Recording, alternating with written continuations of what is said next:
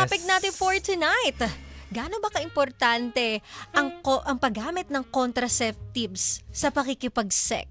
Yes, napakahalagang topic para sa kalusugan ng ating mga kababaihan at pati na rin ng mga kalalakihan, no?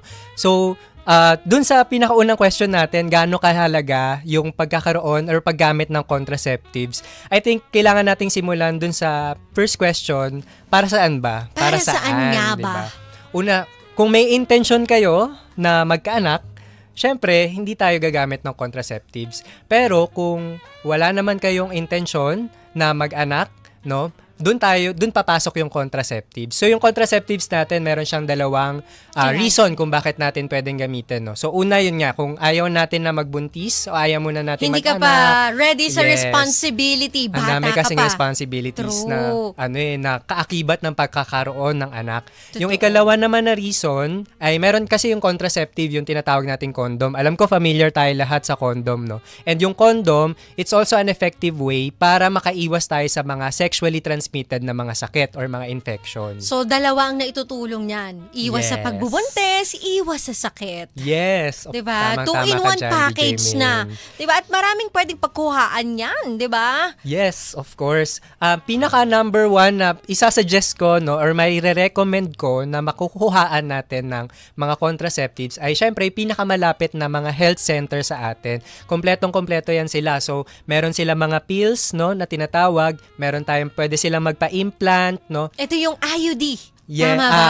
Implant, yes. Oo. Ay, hindi. Sorry. Iba. So, yung implant is yun yung Yung nilalagay siya dito dito sa sa braso. ilalim ng ating balat. Oo, sa braso. Tapos Yung yung IUD, IUD, yun yung nilalagay sa mismong puwerta ng ng ating babae. ng babae. Pwede Yes. ring injectables. Yes, ang injectables naman, yun, ini-inject siya. Oo, naranasan ko yan way back before Ah. injectables.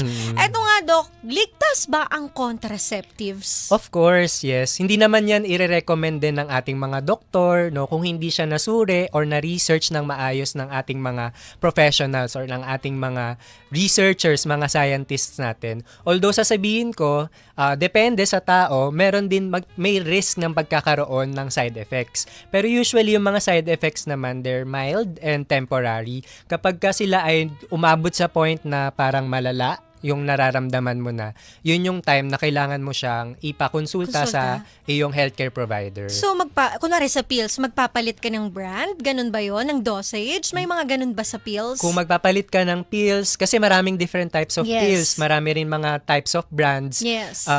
mas maganda na magpakonsulta ka. Kasi, yun nga, parang depende sa yung magiging reaction ng katawan mo. Yes, kung hiyang ka Oo. ba, kung magkakaroon ka ng mga different side effects. So, mas maganda na napapakonsulta mo Pero siya totoo sa yan. provider. Totoo yan. Na-amaze ako Kasi noon, gumagamit ako ng pills. So, ibang brand siya, di ba? Tapos habang tumatagal, nag-iiba yung reaction ng katawan ko. Parang sumasakit yung ulo ko. Basta nag-iba. No, Hindi na Yes. siya yung normal na first stage ko ng pag-inom. So, nagpa-OB ako. Tapos yun nga, sabi ng OB ko, kailangan ko magpalit ng brand, tumaas. So, totoo din pala yun. Yes, very, very true. Tapos, ako din, marami akong mga patients na ganyan, no, na parang, Doc, pwede ko bang palitan to? Kasi ganito yung na-experience ko, sumasakit yung ulo ko. Naduduwal ako. Naduduwal.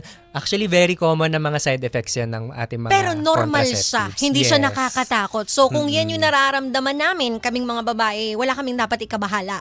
Yes, kasi normal siya, na common na side effect siya. Pero, syempre, may mga normal na sumobra sa pagka-normal, naging abnormal na, Oo. no?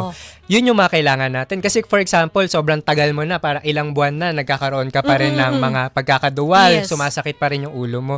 Yun yung time na kailangan mo magpa-konsulta. Kasi baka hindi na yun part ng normal na side effects. Baka hindi na ayon sa katawan mo yun at kailangan mo mag-iba.